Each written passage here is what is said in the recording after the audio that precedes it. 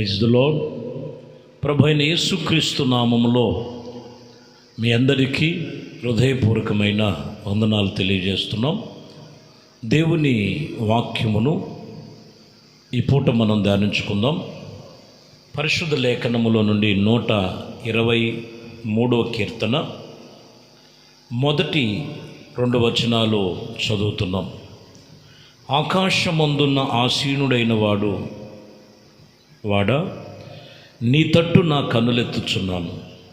దాసుల కనులు తమ యజమానుని చేతి తట్టును, దాసీ కనులు తన యజమానురాలు చేతి తట్టును చూచినట్లు మన దేవుడైన యెహోవా మనలను కరుణించు వరకు మన కనులు ఆయన తట్టు చూచుచున్నవి.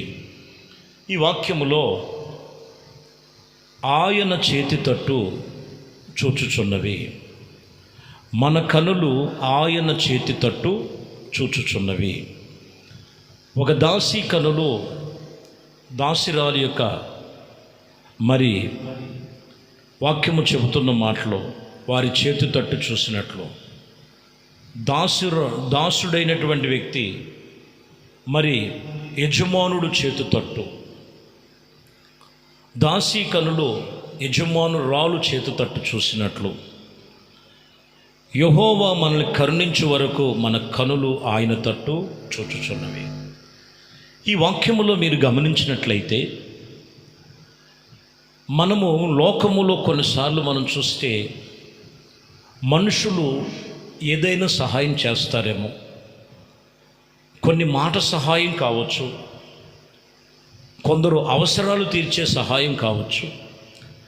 ఇలాగ సహాయం కొరకు ఎదురు చూసేటువంటి పరిస్థితులు లోకములో మనం చూస్తాం. ఈరోజు వాక్యము చెబుతున్న మాట, మన కనులు మనుషుల మీద కంటే నిన్ను నిర్మించిన నిర్మాణకుడు, సృష్టించిన సృష్టికర్త అయినటువంటి దేవుని చేతి తట్టు నీ కనులు చూచుచున్నవి. చూడాలి, అక్కడి నుంచే నీకు సహాయమో వచ్చును. ఏబంటారు 21వ అధ్యాయంలో 16వ వచనములో, వారి క్షేమము వారి చేతిలో లేదు, భక్తిహీనుల యొక్క యోచనలన్నీ దూరముగా నుండునుగాక. చూసారా, ఎవరి క్షేమం ఎవరి చేతిలో లేదు, దేవుడి చేతిలో ఉంది. ఈరోజు మనుషులు గుర్తించట్లేదు. నా క్షేమం వీరి దగ్గర ఉందేమో, వీరి దగ్గర ఉందేమో.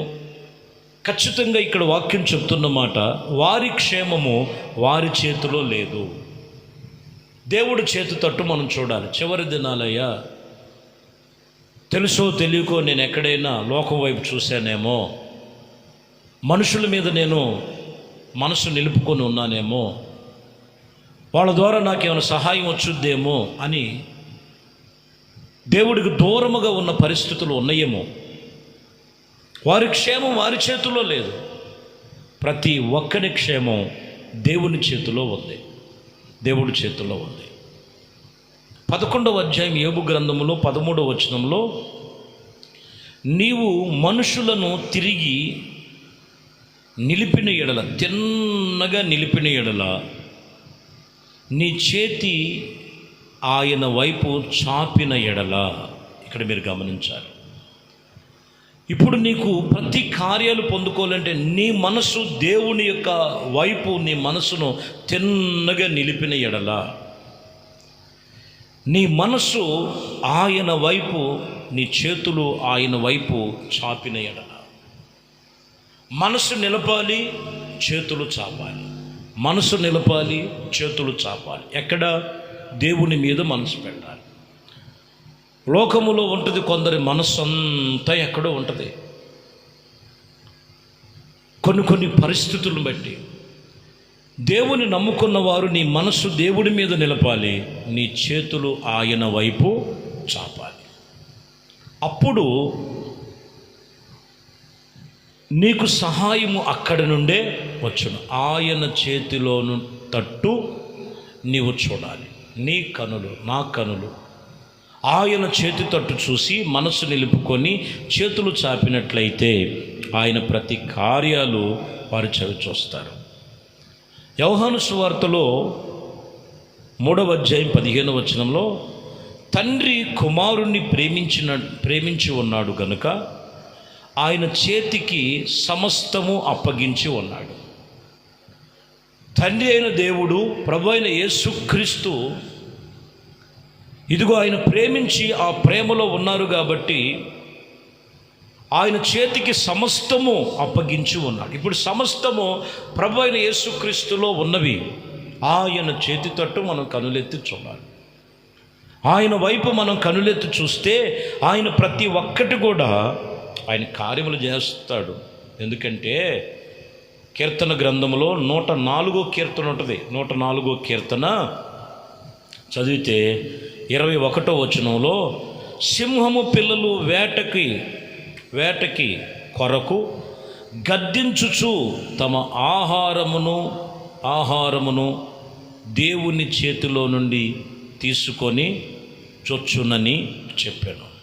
చూడండి, సింహము పిల్లలు వేట కొరకు గర్జించి, ఊరికి నేను సైలెంట్గా వెళ్ళవండి,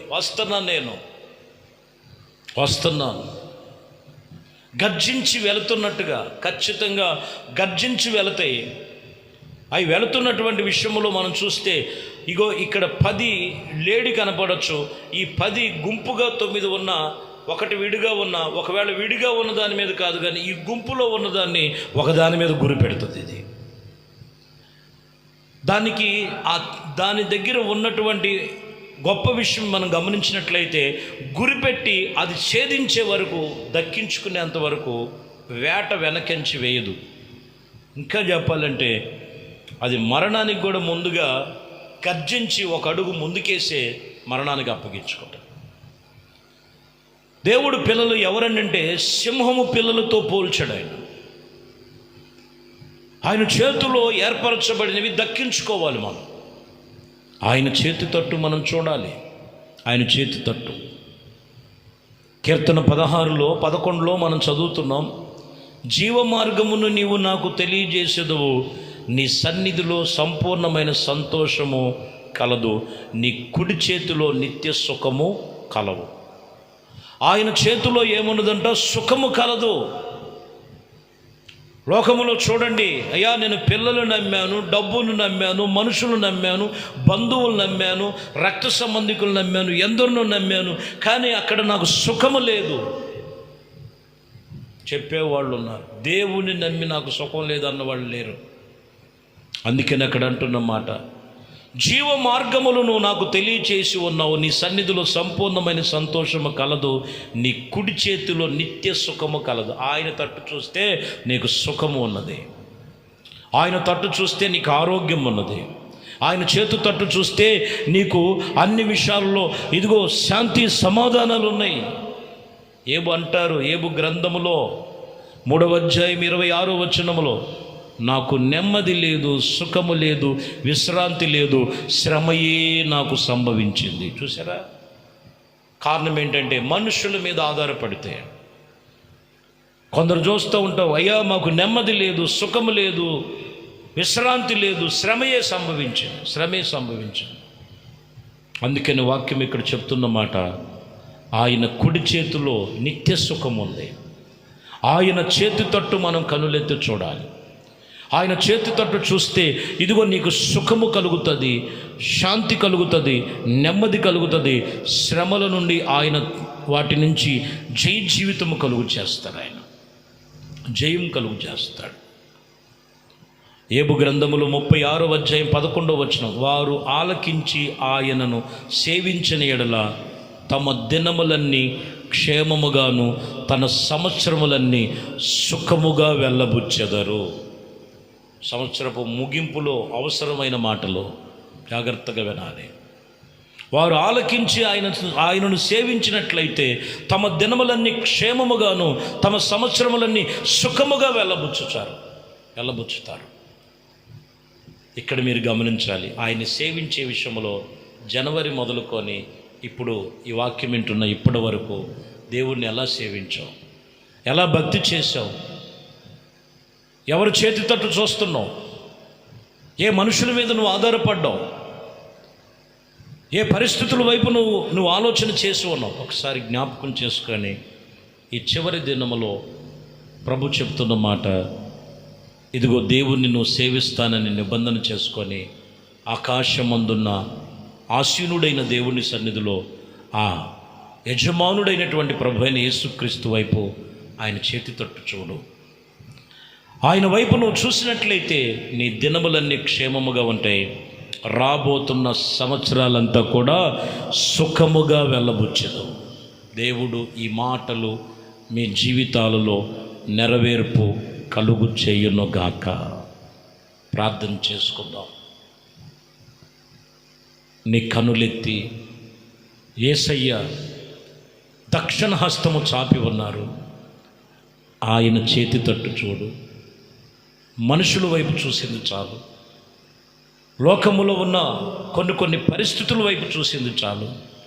నీ తట్టే నా కనులెత్తి చూస్తాను, నాకు సహాయం చేయమని ప్రభువుని అడగండి. కళ్ళు మూసుకు ప్రార్థన చేద్దాం.